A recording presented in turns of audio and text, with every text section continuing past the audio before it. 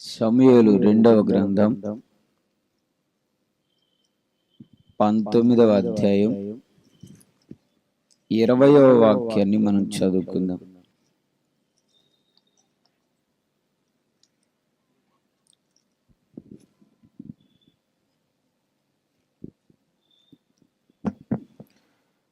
నేను పాపము చేస్తునని నాకు తెలిసినది గనుక యోసేపు వారందరితో కూడా నా ఏలిన వాడువును రాజువు నగు నిన్ను ఎదుర్కొనుటకై నేను ముందుగా వచ్చి ఉన్నాను అనెను. చాలండి. షిమ్మీ అనేటటువంటి ఒక వ్యక్తి దావీదుని ఎదుర్కోవడానికి వచ్చి ఉన్నాడు.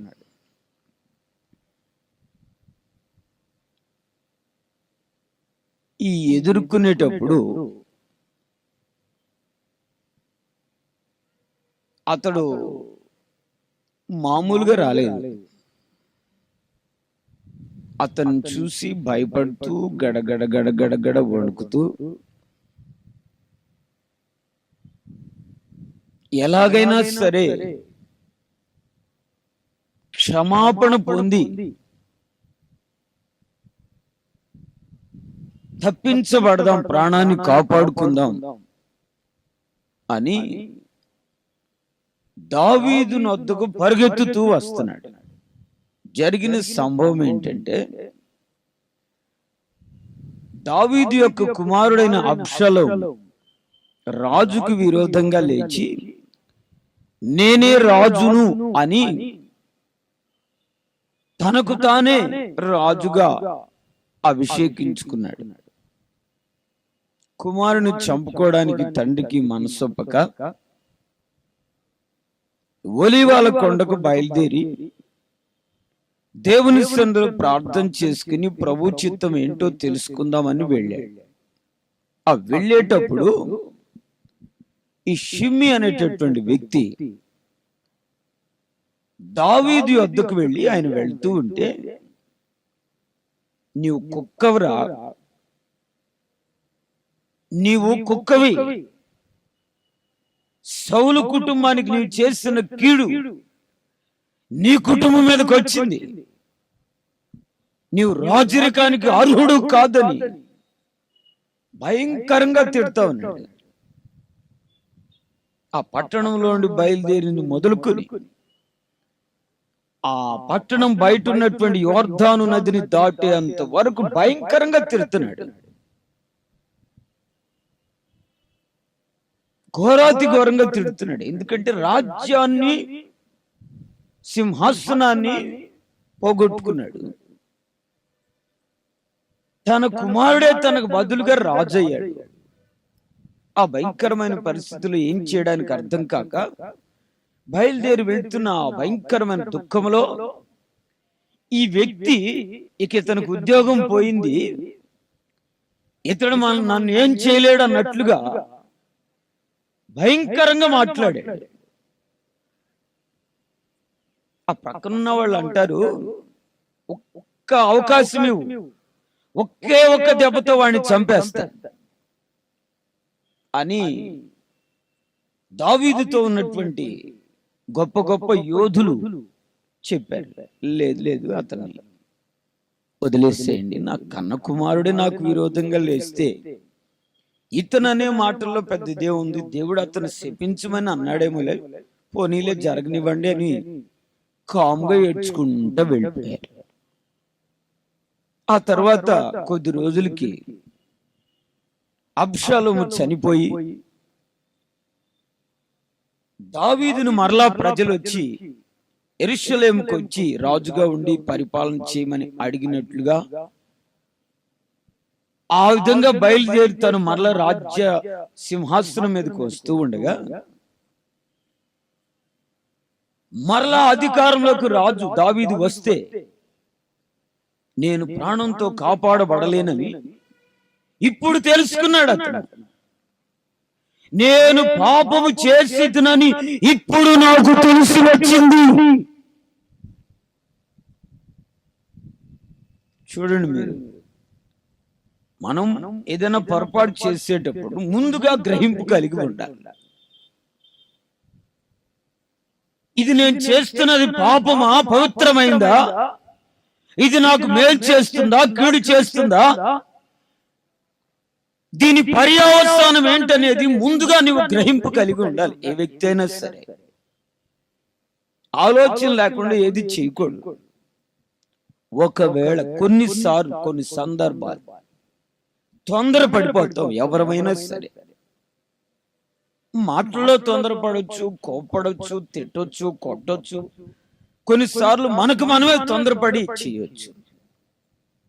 వెంటనే తరువాత అయ్యో నేనేంటి ఇంత మూర్ఖంగా ప్రవర్తించాను, ఆయన ఎవరు, రాజు, నేను ఏదో ఒక ఊర్లో సాధారణమైనటువంటి వ్యక్తిని, ఒక పౌరుని, పట్టణంలో ఒక పౌరుని, నేను రాజుకు విరోధంగా ఈ విధంగా నేను మాట్లాడొచ్చా, నా పరిస్థితి ఏంటని, ఏదో పొరపాటు అయింది బాబు, నన్ను క్షమించండి, రాజుగారికి ఆ రోజున విరోధంగా నేను మాట్లాడానని పశ్చాత్తాపడి క్షమాపణ పొందాలి. తర్వాత అయినా వెళ్ళి వెళ్ళలేదు. ఇప్పుడు వస్తున్నాడు. ఇప్పుడు రాజుగా సింహాసనం మీదకి దావీదు వెళ్తున్నాడు గనుక సింహాసనాన్ని ఎక్కి పరిపాలన చేసే రాజుకి అధికారం ఉంది గనుక ఇతడు, ఇతని ప్రాణం, ఇతని కుటుంబం, ఇతని వంశం కూడా నిలవకుండా ఏదైనా చేయగలడు గనుక ఇప్పుడు భయపడి గడగడ గడగడ గడ వణుక్కుంటూ అతనిని ఎదుర్కోవడానికి ఇప్పుడు వస్తున్నాడు. ఇప్పుడు ఏమంటున్నాడంటే, నేను నీకు విరోధంగా పాపం చేశానని ఇప్పుడు నాకు తెలిసింది. చాలా జాగ్రత్తగా గమనించాలి నేను చెప్పే మాటలు అన్న రోజున తెలియలా, అనకు ముందు తెలియలేదు, అన్నప్పుడు తెలియలేదు. కొన్ని రోజులు, నెలలు గడిచిపోయాయి, అప్పుడు కూడా అర్థం కాలేదు. ఇప్పుడు రాజ్య సింహాసనం మీదకి తిరిగి వస్తూ ఉంటే, ఈయన సింహాసనం మీదకి వస్తున్నాడు గనుక నా ప్రాణానికి ముప్పు కలుగుతుందని ఇప్పుడు ఇతనికి భయం వేసి గడగడ వణుకుతూ, నేను పాపం చేశానని ఇప్పుడు నాకు తెలిసిందయ్యా, నన్ను దయతో క్షమించి నాకు ప్రాణభిక్ష పెట్టమని బ్రతిమలాడుకుంటూ ఉన్నాడు. అప్పుడు దావీదు ఏమన్నారంటే, ఇది ఇశ్రాయేలీలు శుభం, ఇశ్రాయేలుకి ఇది శుభదినం, నేను ఇశ్రాయేలు సింహాసనం మీదకి రాజుగా వస్తున్నాను కనుక ఈ రాజ్య పరిపాలనకు వచ్చే రోజు శుభదినం. ఈ దినమున కక్షలు, కార్పణ్యాలు, పగలు, ద్వేషాలు, మారణ హోమాలు చేసుకోకూడదు. ఆ రోజు ఏదో నువ్వు తెలియక మాట్లాడావు, నేను క్షమించాను పో అన్నాడు. మరి ఈ రోజున వాక్యం వింటున్న నీవు నేను దేవునికి విరోధంగా పాపం చేశాము అని తెలిసి ఉందా? దేవుని వాక్యానికి విరోధంగా జీవిస్తున్న జీవితాన్ని గురించి, నేను పాపం చేశాను, నేను పొరపాటు చేశాను, నేను అపవిత్రంగా జీవిస్తున్నాను, నేను లోకంలో చెడల్వాట్లో జీవిస్తున్నాను, నేను రక్షించబడిన దేవుని బిడ్డను అయ్యుండి కూడా కొన్ని అవిధేయతలు నెరవేర్చుకుంటున్నాను, నేను చేస్తున్నది పాపం అని నీకు తెలుసా? దాన్ని నీవు ఇప్పుడు ఒప్పుకుంటే యేసయ్య నిన్ను క్షమిస్తాడు. అయితే ఒక రోజున ఆయన సింహాసనానికి వెళ్లేందుకు రారాజుగా మనల్ని తీసుకెళ్ళడానికి రాబోతున్నాడు. ఆయన సింహాసనం మీద కూర్చున్నాడో నిన్ను తీర్పులో పెడతాడు, భయంకరమైన శిక్షకి నేను పాత్రునిగా చేస్తాడు. దావీదుని ఎదుర్కొంటే దావీదు క్షమించాడు. యేసు ప్రభుని ఎదుర్కొనక మునిపే మనం క్షమాపణ పొందాలి.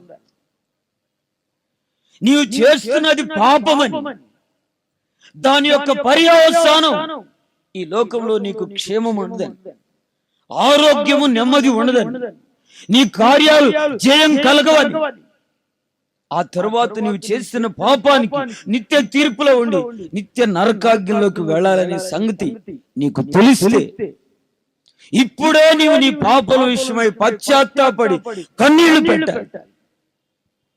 నీవు ఇంకా నీ మనస్సుని మార్చుకోవాలి, బాప్తిస్మం పొందాలి, పవిత్రపరచబడాలి. ఇప్పుడు ఎవరు చూస్తున్నారులే, ఎవరేమంటారులే, నా ఇష్టం అన్నట్లుగా జీవించావనుకో, ఒక రోజున ఆయనకు సింహాసనం మీదకి ఎక్కే రోజు రాబోతుంది. ఆమేన్. ఆయన సింహాసనానికి వెళ్ళే రోజు రాబోతుంది.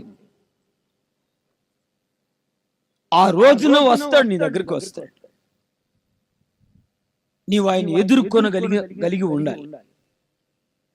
పాపం లేకుండా పరిశుద్ధత కలిగి ఎదుర్కోవాలి. పాపంలో ఉంటే నీవు ఆయన ఎదుర్కోలేవు. తీర్పులోకి వస్తావు, సింహాసనం దగ్గరకు వస్తావు. ఆయన సింహాసనం మీద కూర్చుంటే ఏ మాత్రం మొహమాటం ఉండదు, ఏ మాత్రం మొహమాటం ఉండదు. నన్ను అడుగుతారు అప్పుడప్పుడు, అన్న యేసు ప్రభుకి ఇక్కడ ఇంత దయా, ప్రేమ, కృప, కనికరం ఉందని చెప్తున్నారు కదా, ఆ పరలోకానికి వెళ్ళేటప్పుడు నేను బ్రతిమలాడుకుంటాను, ఏడుస్తానన్నా, అప్పుడు దేవుడు క్షమించడా? పొరపాటును కూడా క్షమించడు. ఇప్పుడు ఆయన మనం తల్లి వలె ఆదరించడానికి వచ్చారు ఈ లోకంలో. ఆమేన్. హల్లెలూయా. పాపంలో ఉన్న వ్యక్తికి స్నేహితుడై ఆ పాప బ్రతుకులోని విడిపించడానికి నీ యొద్దకు వచ్చాడు. నీ కొరకు ప్రాణం పెట్టి, నీవు ముళ్ళల్లో ఉన్నా, రాళ్ల మధ్యలో ఉన్నా, నాశనకరమైన గుంటలో ఉన్నా, అక్రమ కార్యాలలో ఉన్నా, వ్యభిచార మధ్య భయంకరమైనటువంటి పరిస్థితిలో నీవు నీ శాపాన్ని అనుభవిస్తున్నా, నీ ఇంటికి వస్తున్నాడు, నిన్ను పేరు పెట్టి పిలుస్తున్నాడు.